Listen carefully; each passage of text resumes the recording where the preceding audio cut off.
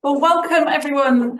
Good afternoon, good morning, good evening, wherever you are in the world. Really big welcome to everyone joining us today.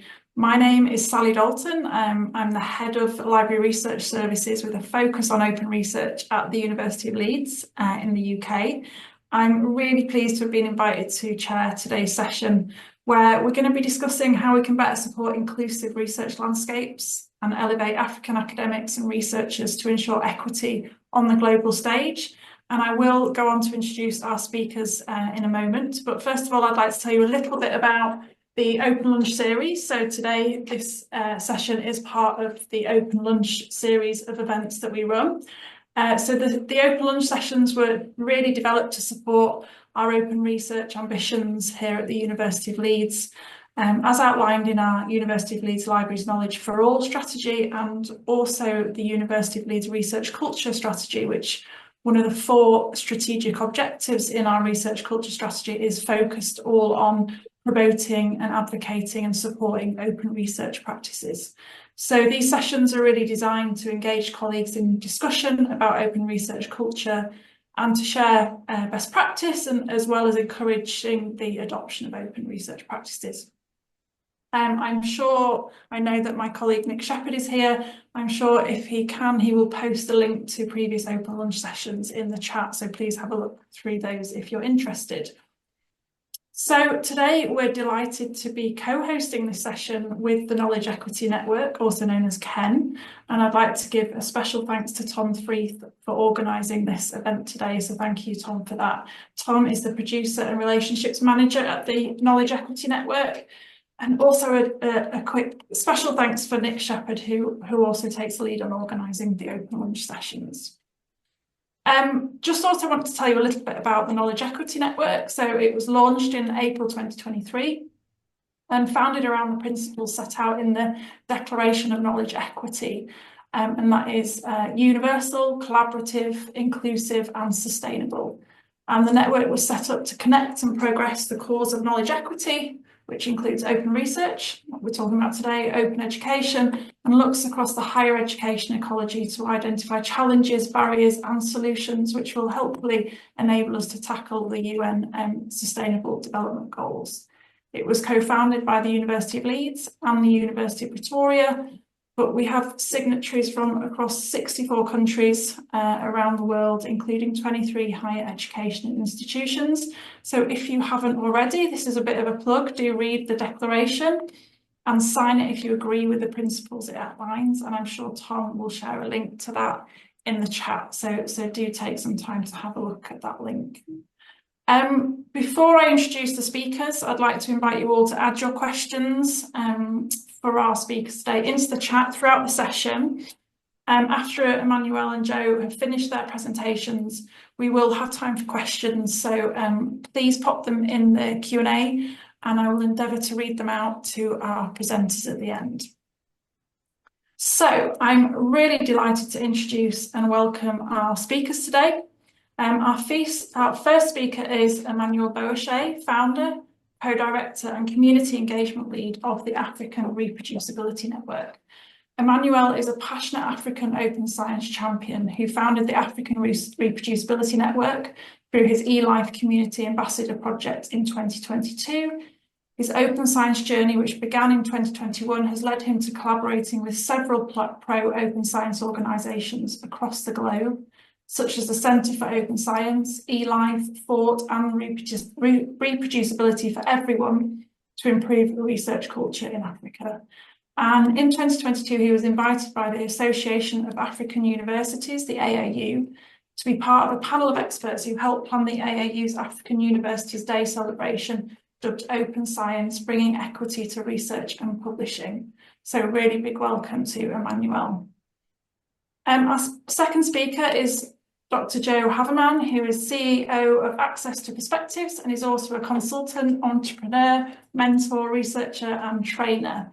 Her professional journey encompasses experiences with NGOs, a science startup and international institutions, including the UN Environment Programme.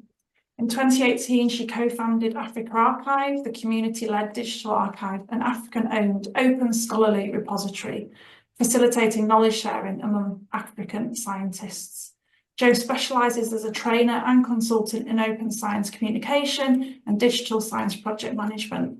And as as a founder and CEO of Access to Perspective since 2012, Joe is dedicated to enhancing science communication and management. And finally, Joe is joined by Ebuka Ezeike, the podcast manager for Access to Perspectives. Ebuka is a passionate advocate for open science. Ebuka has also worked with Joe for AfricArXiv on stakeholder engagement and cross-continental quality assurance. In addition to creating podcast content for Access to Perspectives, is also a content creator for a number of other podcasts. So welcome to Joe and Ebuka as well. And just before we go on to handing over to Emmanuel, I do want to just briefly mention that I have actually collaborated with Joe before on a small research project last year, and I just wanted to briefly mention that because it's linked to AfricArXiv, so I thought it'd be nice to just mention that project. So I worked with Liam Bullingham, who now is at University of Essex, but was at the University of Edge Hill, to run a small scale, and I do emphasise it was a small scale research project, but a research project nevertheless. So we worked with Joe to add relevant research from our institutions to AfricArXiv. The aim of the project was twofold, really. One was to raise awareness of AfricArXiv, but also to expand the readership of our research, our own institution, seeking to reach African audiences. So I actually uploaded 6 open access papers produced by colleagues in the Leeds University for African Studies Centre. All of the papers, apart from 2 which were sole authored, were actually had African co-authors on them. And I actually went back last week and logged into AfricArXiv and looked at how many times those outputs had been downloaded. So they've been in there about a year, just over a year. And in total, the 6 papers have been downloaded 516 times, which I think is incredible and was a lot more than I was expecting. And actually, I compared the numbers to the downloads for the same papers in our own institutional repository, and in some of the cases they've been downloaded more often in AfricArXiv. So it spurred me to actually, I'm going to contact you, Joe, after the session and find out whether we can get some location details of those downloads, because it'd be really interesting to know whether we're reaching a wider geographical audience with having those papers in AfricArXiv, and are we reaching African audiences with those, having them up on AfricArXiv. So I will be in touch after this, Joe, and hopefully we can continue with that small research project. So yeah, I'm really interested to hear your thoughts today on how we can use those tools such as AfricArXiv and the African Reproducibility Network to enhance the visibility of African researchers and to promote open research practices. So I'm going to be quiet now. So I'm going to hand over to Emmanuel first to start us off with his presentation. So over to you, Emmanuel. Well, thank you so much, Sally, for a wonderful introduction. I'm going to start sharing my screen. Let me know if you can see it.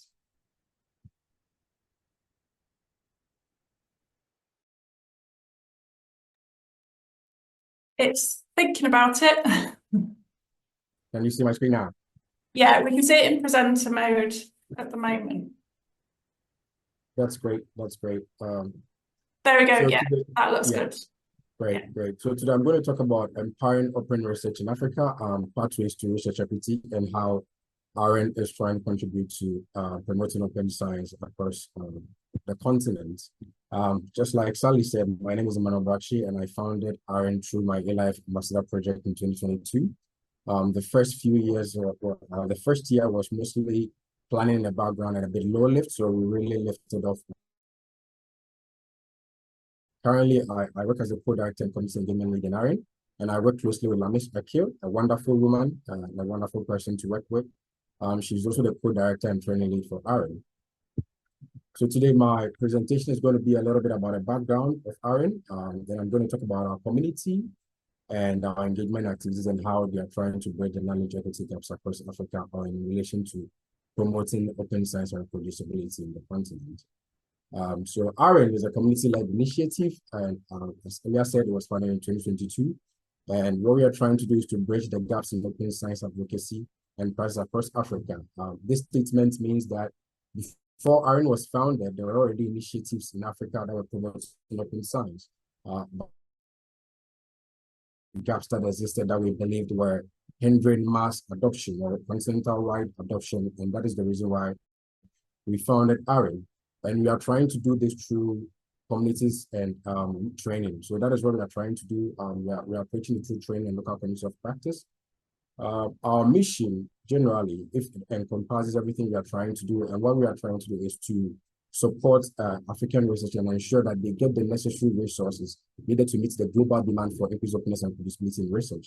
We believe that open science gradually is moving from being a movement to a global requirement, since the UNESCO recommendation of open science became a global standard, and countries like the USA and NASA collaborating to launch the Year of Open Science in 2023, and then developments such as the Plan S and Pollution S and the Barcelona Declaration. These are all things that are moving open science from being just a movement to a requirement. And although most of these things are happening across the global north, eventually it inadvertently affects researchers in Africa. So there's the need to ensure that researchers in Africa are equally prepared to meet this increasing demand. There are definitely activities in Africa, but we believe that there is more to be done. ARIN is part of the Global Reproducibility Network, and it's an international community promoting rigorous research practices worldwide. Currently, we have about 20 national networks globally, in Brazil, in Canada. The first established was UK ARIN, and since then a lot has popped up across Europe too. So there were specific gaps that inspired ARIN's establishment, and the first was that we identified that grassroots researchers in Africa had limited knowledge of open science, including the principles and resources. A lot of people, majority of the researchers at the institutions, had no idea what open science is. They had not heard of it, and they didn't know what it is. And the ones that knew open science they usually equated it to open access, open data, or open source. So it looked like the knowledge they had was limited, because these three are part of a larger umbrella that open science encompasses. So there was the need to create awareness of some of the other principles that exist and other related principles that have come up, like reproducibility, the use of preference. And another thing was that people had no idea that there were a lot of resources, including tools and platforms, that were freely available to use by researchers across the continent to promote open research. And they had no idea that these resources could be easily accessed. And that was also an issue, because if you don't know, you can take advantage of it, right? So there was the need to also increase awareness of the existence of these tools and resources.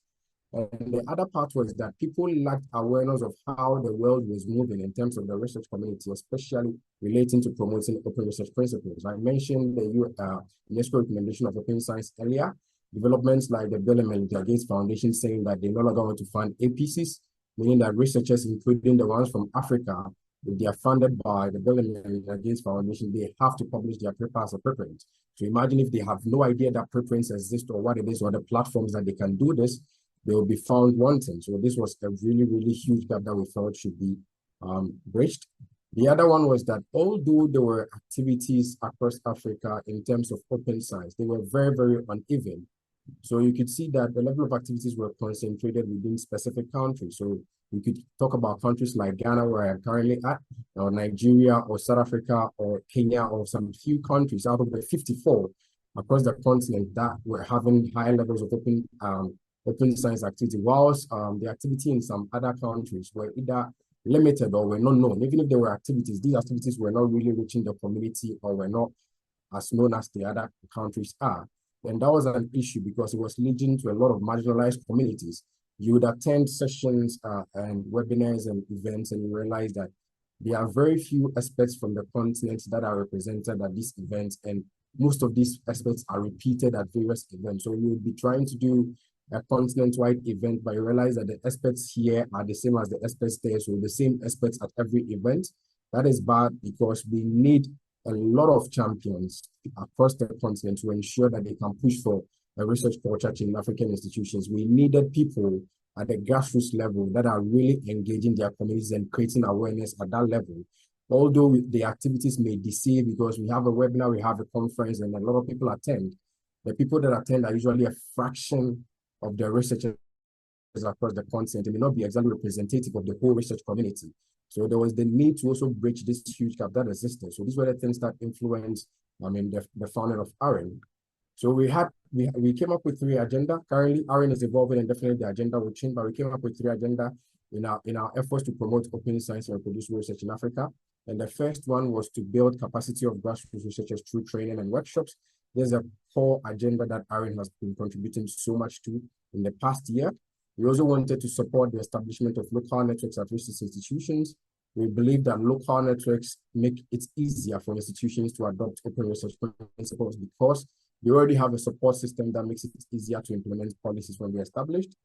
And we are also trying to set up and grow a continent-wide open science community. And the goal is that this community will be vibrant. That means we want to see a lot of activity, not necessarily have a large number of members, but to see the members contributing. So these 3 sum up ARIN's agenda.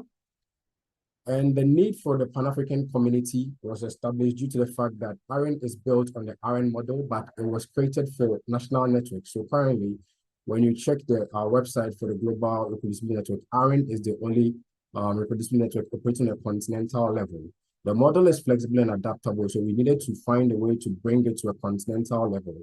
And as such, we came up with a way to create room for continued engagement and participation for community members in countries lacking local community of practice or local networks. It is easier when you are establishing a national network because then you know the number of institutions that you need to engage with. And because it's the same country, it is easier to reach out to the people within the community. But when you are trying to establish a continent-wide network, and a part of that is establishing local networks within the community, that means you are trying to establish local networks across different countries within the same time. This is very difficult. It's going to take a lot of time and almost impossible to do them within a short period. And that means that eventually you may have a few local networks within specific countries, and a lot of countries may not have local networks. But we wanted to ensure that even if a community or a country didn't have a local network, there was a chance for the community members to be part of our community and engage. So that's why we established the Pan-African community to give a chance for people who are within these communities to get access to what we're trying to do. And another major reason, the last one, is that we wanted to build a sustainable pathway for individuals interested in promoting us in Africa to get training and support. So what we've been doing in our community is that in their expertise or professional background has access to our training, and they have access to support. If they want to do research, they want to conduct training, we are available to support them. And that's very important. People don't necessarily need to be experts before they can advocate, right? As long as they are interested and they have the training, they can be able to at least start small and begin to influence within their communities. And we wanted to build, because although there were communities across Africa, it looked like there was not a clear pathway for these individuals to contribute. So we wanted to also do that. So our community was opened in August 2023. We go by a simple sign-up form, and the sign-up form asks questions about people's awareness in open science, and we use it to assess that. We want to know what our community members understand about open science, and that influences how we plan our training and engagement activities. The other reason why we use the sign-up form is that it helps us assess our reach and also identify marginalized or underrepresented communities. Our goal is to ensure that we reach every country in Africa. And so the community sign-up form helps us to know how many countries we've reached, how many researchers and institutions from the country that we've been able to reach, and the areas that really require a lot of efforts to be able to engage them in an equitable way. ARIN has grown since we opened our community in August in 2023, by the time we were doing our launch event in November. But since then, we've grown and covered about 29 countries with 300 plus community members who represent over 170 institutions or organizations. And about 60% of them come from the life, health, and biological sciences, and 80% of our community are faculty, researchers, or postgraduate. We have undergraduates within our community. We have people that are not especially within the research space within our community too, and we encourage everyone within the African community to join as long as they are interested in open science. Because importantly, to us, each member is a gateway. Because I am in Ghana, I will not be able to travel to Nigeria or South Africa, but if we have a community member coming from these countries, then we are a gateway to that community. So that is how we see each member, and why it is important for us to get as many members from as many countries and as many institutions as possible, because they are gateways to these local research communities. So far, Aaron has been trying to do a lot of engagement activities to ensure that we're able to bridge these gaps that we think exist. And one of the things that we do is the community training, and then the local network leads training program, which is a special training program that we launched this year. We also launched a webinar series called the Aaron Echoes, and we're also trying to develop resources, introductory resources on open science called the Open Science Bits. And we started initial interactions with our national and discipline specific groups. So because we have our community database, we can identify specific people coming from the same discipline, like, and we can bring them together and have an engagement with them and see how best they think we can work with them within their discipline, or what are the gaps they believe exist within their discipline, the best way we can support them to promote open science within their discipline. And then the last one is that we started this initiative called Open Science Bridges because we realized that there was the need to engage the standard community. So I'm going to not all of them. So the community training are usually introductory sessions and understanding of open science and reproducible principles. So we have introductory slide in open science, which talks about even the background, how open science came about, its importance, what it's trying to achieve in the open research ecosystem. And then extensively, we also talk about the existing initiatives and the tools and resources that are there. One thing we consistently talk about at our sessions is cross-community interaction. Open science works best when we work collaboratively. So we are always telling our community members to know initiatives and communities that are there, to know the tools and resources that are there, and find out how they can use them or the ways they can contribute to these initiatives. And what they also do, an important part of our community training, is to provide an open and inclusive space for community members to share experiences.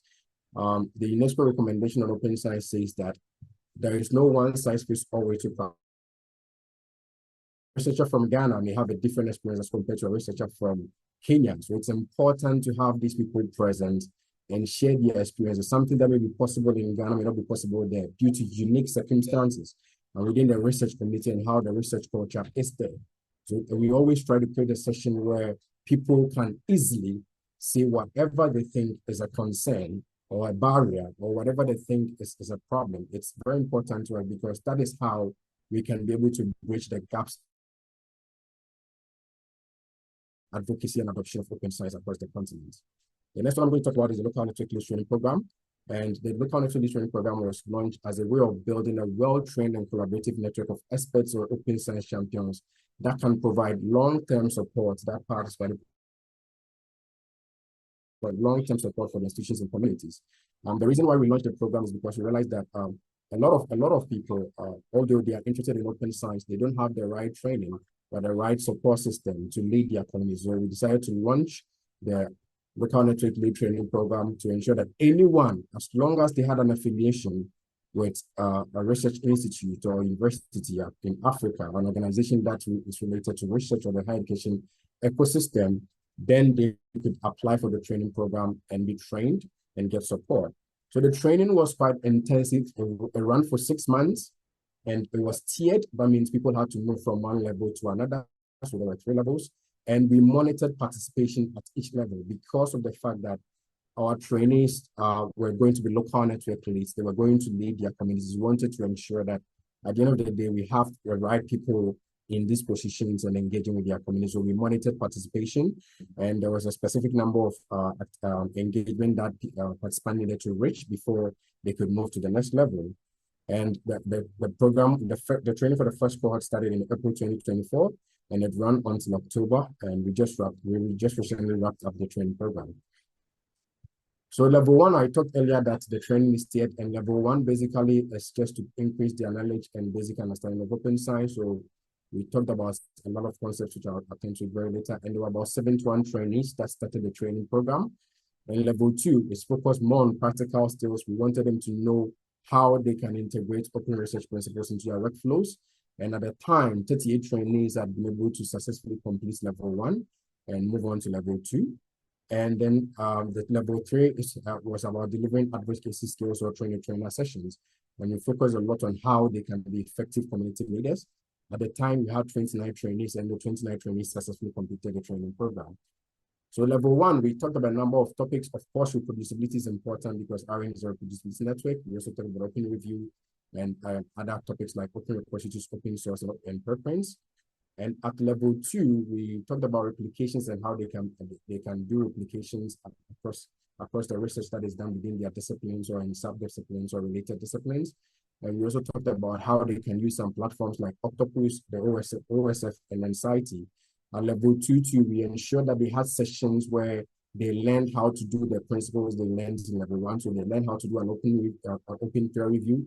They learn how to access platforms that allow you to publish open access, whether diamond or gold. We also told them how to access open repositories and upload their resources there. We taught them how to use platforms like Git to do open source and share their code. And we talked about how they can access preference servers and upload their work. So that was practically what level 2 was about. And level 3, we looked at advocacy and community engagement skills. We did sessions on how they can develop training resources within their community. Of course, ARIN has resources, but each community has its own needs. So we needed them to get the skills on how they can adapt some of these resources to meet the needs of their communities, and also how they can monitor participation and engagement during some of their sessions. We also did sessions on how they can be effective leaders, and we had a session on mental health where we felt that there was the need for them to know how to manage some of the stresses that will come with being community leaders. Overall, we had 50 training sessions spanning across 6 months. It was wonderful because we had very, very, very active trainees.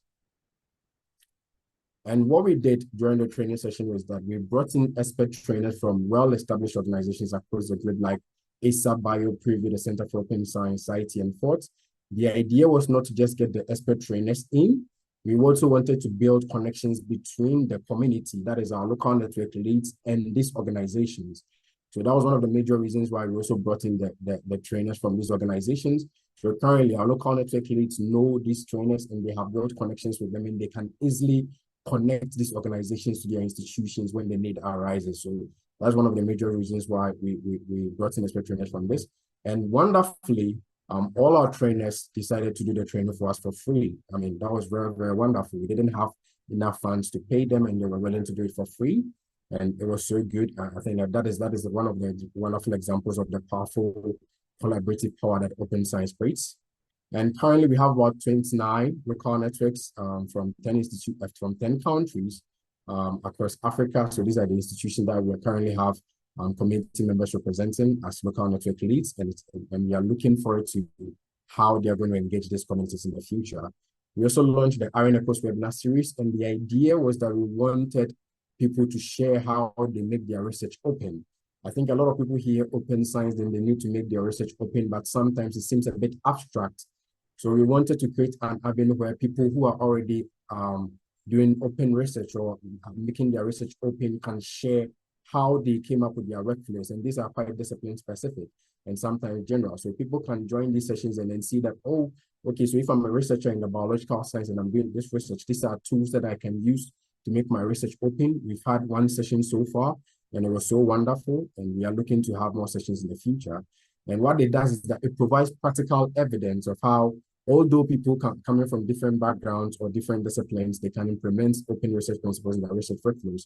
And we are hoping that we can achieve the aim of bridging the equity gaps and making things a little bit less abstract.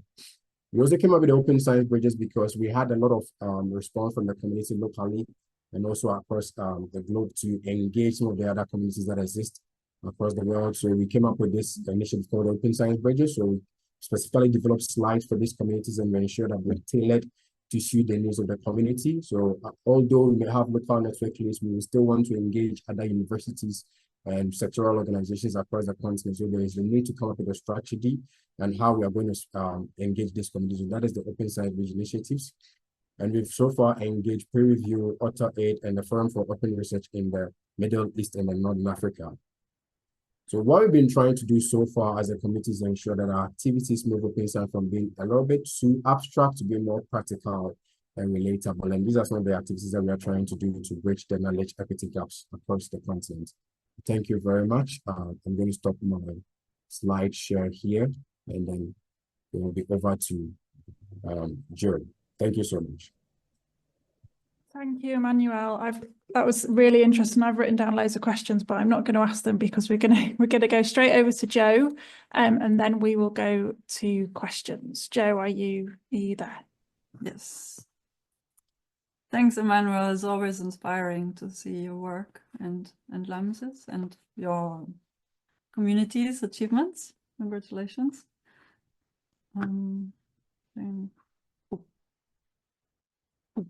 Sorry, wrong screen.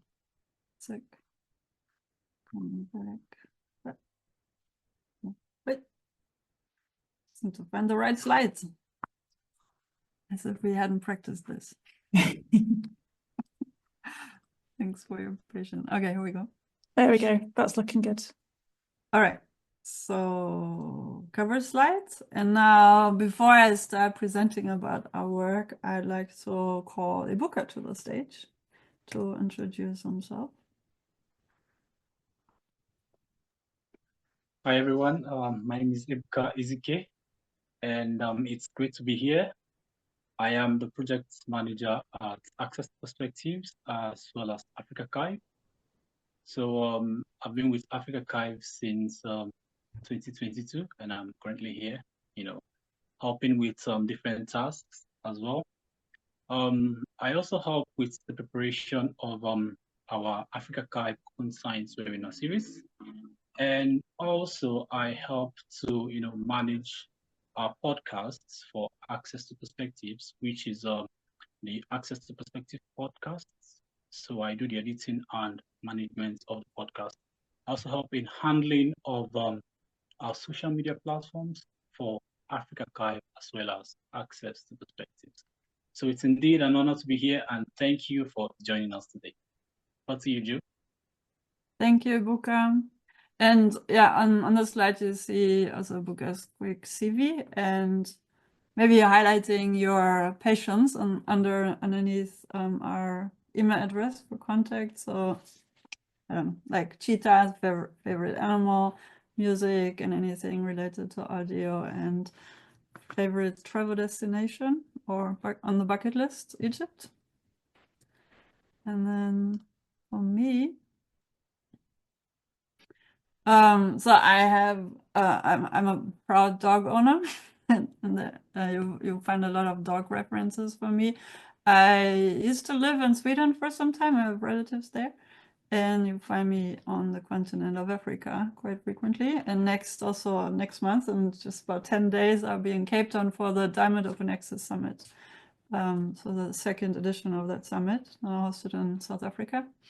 And you're welcome to register online. I think on-site is already fully booked, but I'll share the link to that summit so you can follow up on the outcomes afterwards and possibly follow some of the live sessions online. So I'm a trainer and consultant and happily working with Ebuka at Access to Perspectives. We launched AfricArXiv in 2018. I'll say a few words on that also later. And I have a background in biology and molecular biology and development of the animals, to be precise, and have also worked at the United Nations Environment Program for a couple of months, really, for some internship consultancy a couple of years ago. And therefore, I'm personally quite invested and passionate about societal engagement through research or research-informed impact to society. And that's basically also what I think most scholars sign up for, to contribute to society. And with Access to Perspectives, we're looking to provide that enabling environment to make that happen through open science practices. So our mission and vision statement is on the website homepage, Globally Inclusive Research Management and Science Communication. And through AfricArXiv, we build expertise and experience in how to make that happen, tapping into open science practices to allow every scholar to provide the data and also share the data in a targeted manner to benefit society on the very planet we live on. We do that by providing trainings in all realms of the science research workflow and management workflow for career development opportunities for researchers inside and outside academia, but also more hands-on scholarly reading, writing, and publishing project management digitally, mostly and online, which has a lot of opportunities to leverage from.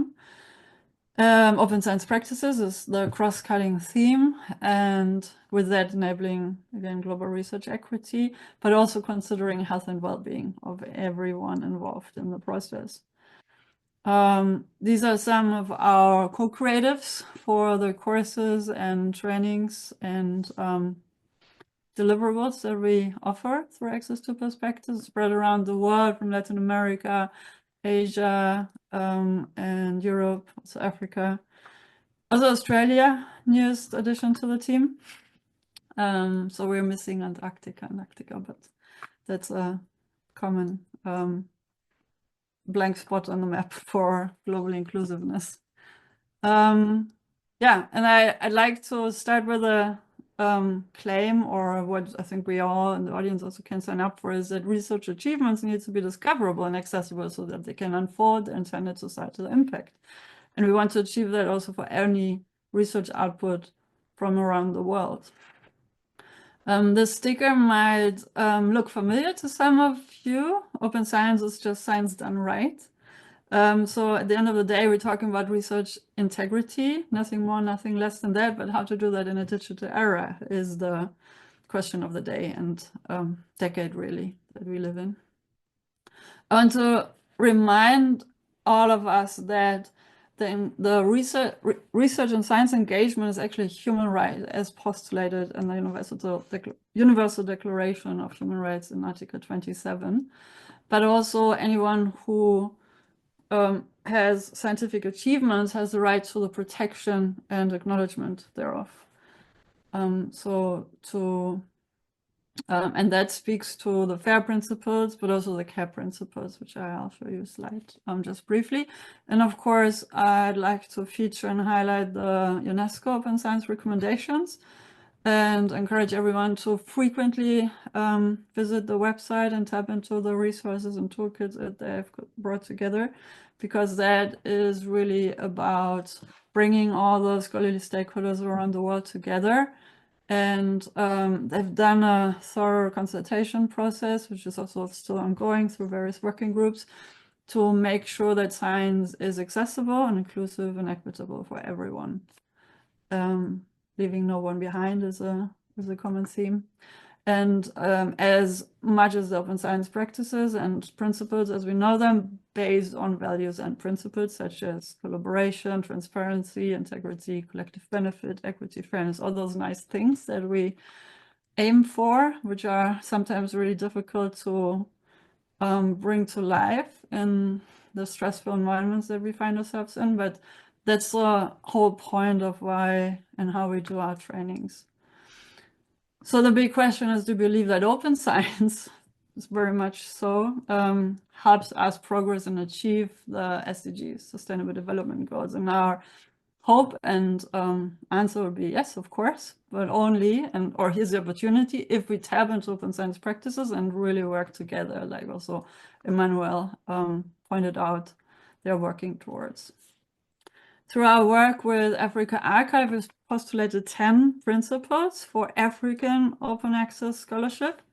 And the first, and they're all equally important, but the first one is, I just want to mention that because it's still a pressing issue that we address, that academic research and knowledge from and about Africa should be freely available to all, obviously all Africans, but also anyone else on the planet, who wish to access, use, and reuse it, while at the same time being protected from misuse and misappropriation, as keeps happening, sometimes unknowingly, sometimes intentionally so.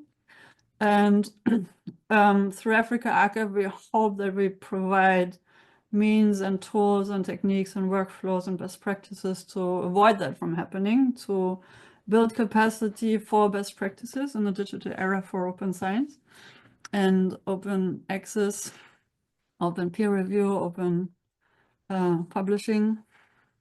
And at the same time, we're working towards multilingualism and encouraging also the increase of engagement into traditional and indigenous African languages. I'll show you examples in just a few minutes. we want to improve or increase the visibility of the African scholarly output. Also, again, by tapping into digital best practices for open science, and thereby reverse the underrepresentation of African scholars in international networks, which, again, Emmanuel has done great strides in joining the Reproducibility Network and establishing it for Africa and encouraging like hundreds and thousands of African scholars to join international discourses and collaboration opportunities. And with that, with increase of visibility, there's a natural and almost automatic increase of access to funding, because only if you can show what you actually achieve with the limited funds that you have, there's a higher chance now to attract more funding to then build on. And that's a cascade that's, well, still not running on its own, but open access certainly helps in achieving that. So yeah, the FAIR principles are cross-cutting through our work. And well, for those who are tech savvy and is experienced with digital open access means and pathways and workflows, know that persistent identifiers play a key role here. But I also want to mention the CARE principles, which we always co-address or co-mention alongside the FAIR principles to call for collective benefit, authority to control, responsibility, and ethical aspects of any scientific engagement. And particularly to protect indigenous peoples, but also to protect local communities across Africa and also globally. And we base our work in standards and principles that are widely adopted and, well, very much Western-centric, but open or intended for a global audience, and also actively seeking engagement by African stakeholders. And we're also working with partners such as ARIN and others on the continent, which are African, like originally African institutions and initiatives to provide for the globally inclusive approach that we're seeking to enable. So welcome to AfricArXiv. I'll show you just now briefly some live shows, so live screenshots of the portal. So we have the informational website, which you can reach through AfricArXiv.org, which was shared earlier in the chat. And here you find what we aim and can do for researchers, for institutions, for event organizers, and funders. You will also then find news articles and our activities and initiatives. You can read up on our governance model. So we launched in 2018 as a community initiative, but since last year are like very happy to be now host or have AfricArXiv hosted at Ubuntu Netherlands on African servers, which are brand new. So it was like perfect timing for that fusion to happen. So AfricArXiv is now running on open source software, namely DSpace. And this is basically our informational website where you can also find the submission guidelines and the webinar series that Ebuka mentioned earlier. And the actual repository is accessible through that button, which will take you to the actual repository in DSpace, which will be still customized towards next year. So early in 2025, we'll have a formal announcement of the new site and repository at large. But we've already hosted and transferred all the materials from the affiliate repositories where we worked before into DSpace. So you can search and find everything in this one site. And I'd like to, so everyone can still submit for free, like any individual researcher or scholar. And we also have institutional services, which we can also offer for free for the next year for sure, and then elaborate and establish revenue streams that are affordable for African institutions, and yeah, and then be able to set up a healthy digital infrastructure environment for publishing on the continent. But I want to point out, because I mentioned multilingualism, so we have various collections and also community collections that we're hosting, and on particular funding or research communities. But for languages, you find all the languages we're already hosting on the platform. So for example, for Amharic, which is an Ethiopian language, you find items, articles, but also presentations and translations of, that's one of our initiatives for multilingualism, to translate from English to local African languages. So you find works about the Amharic language, where it's more about the grammar and linguistic aspects, but also actual Amharic content. And the idea here is to bring those two kind of language-specific item types together to inform the native speakers of the language, to tap into the documentation of their mother tongue, but also to inform linguists about what's actually happening and being written in this language in various disciplines. And you find similar examples in other languages. You also find French, German, and English, because for the colonial languages, so to say, there are now established African versions. So for French and English, you have like Pidgin for English, like mixes of English with the regional languages, which emerged towards their own new languages. And that's also kind of a normal evolution of how societies evolve and with those, their languages, but also, and same for French and Arabic. And then you might also find works in non-African languages, but on African affairs and issues. So therefore we cover not only African languages, but primarily. So yeah, and then the repository in the future will have different ways of making these various aspects of knowledge sharing accessible through various collections and cross collections. So to make one item discoverable through different routes in the repository. And what else? I want to just quickly go back where we were the time. Oh, so I want to make sure we allow for Q&A as well. Just quickly presenting the team. So we have Ebuka, myself, Keletso. We have a few other team members who joined recently. We have so that's for Access to Perspectives. And these are the people primarily working on AfricArXiv. And now from UbuntuNet Alliance, which is also has more staff than the ones depicted here. But Professor Madara God is the CEO of the Alliance, also a professor at Nairobi University. And Harold, Martha, and Revelation are working at the UbuntuNet Alliance team with and for AfricArXiv. And Ebuka has also been essential in putting country profiles together, which I would like to just quickly point out to you. As you find on this page, and for your reference, I'll share this later in the chat for your reference.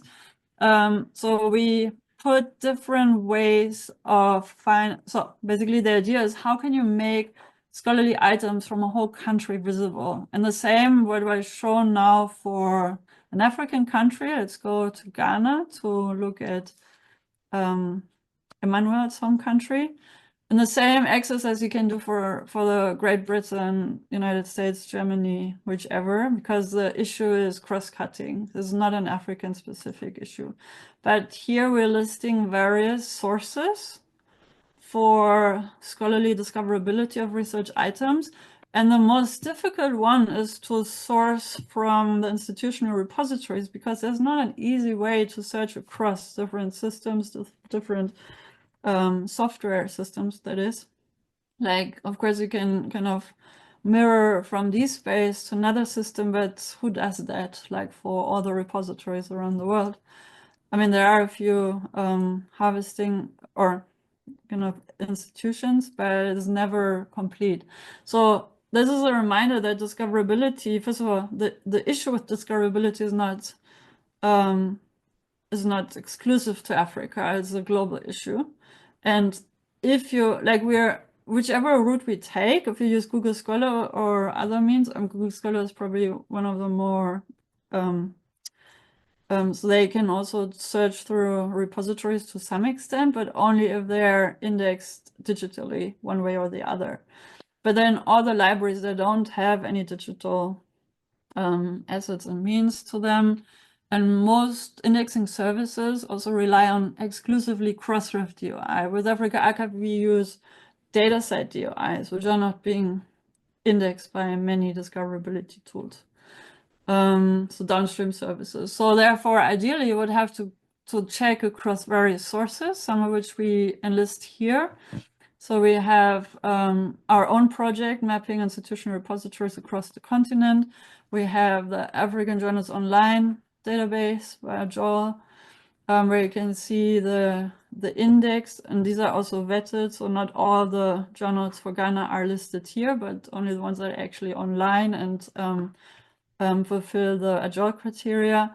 Then we have lens.org, which is a free service to use for discoverability and also to map against patents. What else? We have the Boakye dashboard, which is a way to measure open access over time, or open access adoption per country in this case. Can play the same exercise on institutional levels. And then see the percentage, how much since 22 or 2000 until today, how much of the research published open access versus closed access versus anything in between. And then also the uptake of open access. Then there's fair sharing, and any of these tools has also been covered in our webinar series. You can learn more about those tools, what other features they provide for an institution, for a researcher, for various scholarly stakeholders. And of course, there's Doage, in case you're wondering, the director of open access journals.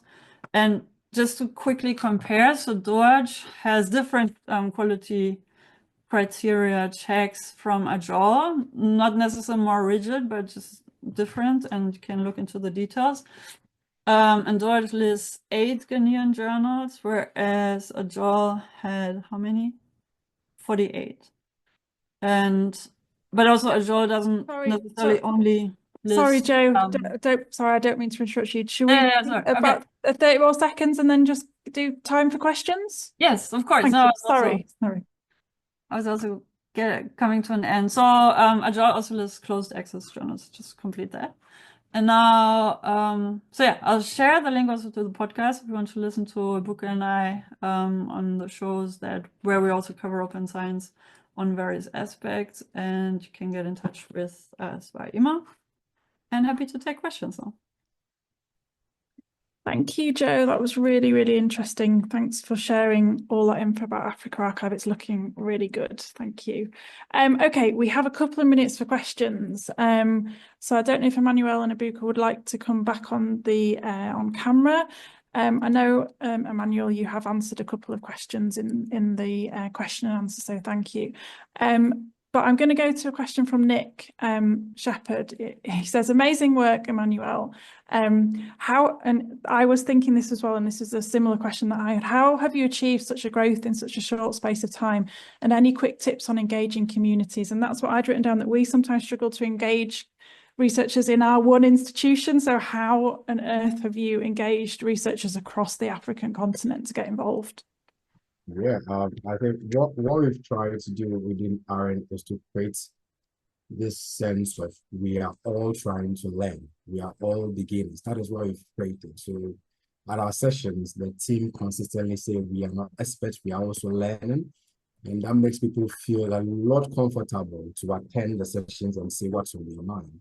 So that has really kind of got a positive feedback that we are able to get engagement as we want to.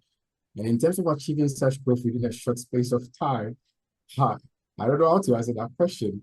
The first year for RN was actually committed to trying to come up with a planning strategy. So before we opened our community in 2023, there was a plan, and then we had a number of experts review this, people from the RM committee and etc. So we've had that support, and then we have a very, very committed team that kind of does everything. The team is quite workaholic, does everything to ensure that we're able to do what we can do. So that is also one factor, and the support from our partners. I mean, they've been splendid. So probably I can't really pinpoint why, but yeah. Thank you, Emmanuel. You've certainly done a really, really good job on engaging lots of researchers. And just maybe a quick one for everyone. If you could maybe list one particular challenge that you have kind of come up against in your work that you've been talking about, and what was that solution to that challenge? And maybe this would have to be quite a quick one. But Joe, have you got a key challenge that you've experienced throughout this work? I think it's a challenge for everyone. It comes down to reaching your target audience efficiently, and social media don't help because they have funny algorithms which sometimes work well. Most of the times they are like, what, 3 engagements, what? So it's really difficult. And then of course they also want to have their fair or not so fair share of the game by making us pay for engagement or for reach. And that's also where Ebuka can maybe share a word or two, because community engagement is actually, like Emmanuel also pointed out, the hard work, and it's but to come to a solution is the approach that we're all kind of found, which actually works, is to come together and work together and collaborate, and then cross-share on opportunities like this webinar to engage each our communities, to tap into knowledge sharing that's provided by whichever organization, because we're all working towards the same goal on making science more equitable, more integer, if that's an English word, integrity, but so to foster integrity, and also to make science have a positive impact on society. So it's all about collaboration, really. Thanks, Joe. Ebuka or Emmanuel, did you want to come in on that challenge question? Or? Yeah, I'm sure if I start talking, I'm going to take all the time. So yeah. All right, for me, in the delivery of my work as the project manager at Access to Perspective and AfricArXiv, I think one challenge that I face is as regards to, like Joe said, with social media management, and then trying to reach a good number of audience. But then the solution to that, I feel, is not backing out, not giving up. We'll continue to do our best to see that we reach this audience, especially for AfricArXiv, in a way as to continue to promote the research work coming from Africa. Thank you. Thank you. We've come just to 1 minute to 4, so I think I've had lots more questions that I could ask, and we've had some of the questions in the chat, so I'm really sorry that we're going to have to bring it to a close. But maybe if you're happy for people to contact you after the session, Joe, Emmanuel, Ebuka, if they have any questions or want to kind of follow up on any of the discussions or points that you've raised today, that would be brilliant. And I think we can share your contact details after the session. So just a really big thank you for coming and sharing your work with us today. It's been super interesting. Thank you very much, and thank you for everyone that's come along to the session as well, and for all the questions. It's been a really great session. Thank you. Very much. Thanks all. Thanks See you later. Thank you. Bye.